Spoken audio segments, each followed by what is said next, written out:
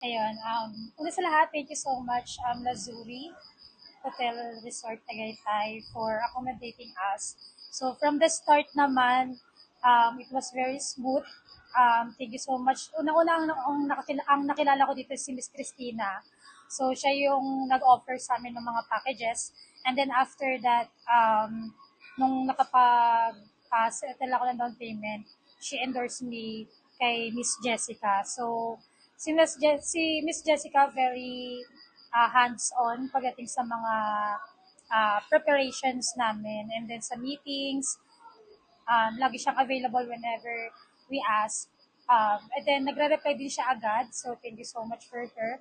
And regarding with the payments, hindi ako nagkaroon ng problema pagdating sa pagbabayad kasi very, ang tawag dito, um, basta pagdating sa payment, inalaw niyo naman kami mag-installment. And hindi kayo katulad ng ibang supplier na yung nangungulit. So, yun, less stress talaga. And then, sa pagdating sa food, sobrang sarap from the start na ganun pa lang kami food tasting. Nahirapan pa kami mamili nun eh. And then, thank you rin sa mga, kapag, whenever meron akong tanong kung meron kayong ganito, o kung may available ba kayo ng ibang option for photographer, ganyan, lagi namang nabibigay sa akin yung kailangan ko.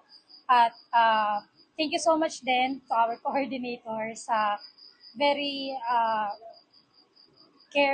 sa care na binigay niya sa akin from the start hanggang sa matapos tong wedding namin.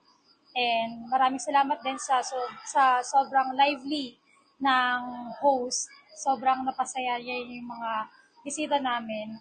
And ayun, overall talaga, uh, hindi ganun kahirap yung naging preparation namin from planning up until na ma-execute hanggang ito matapos yung wedding namin. So thank you so much Lazuri, and um, I will try my best din na siguro sa mga ibang araw pag hindi na ako busy.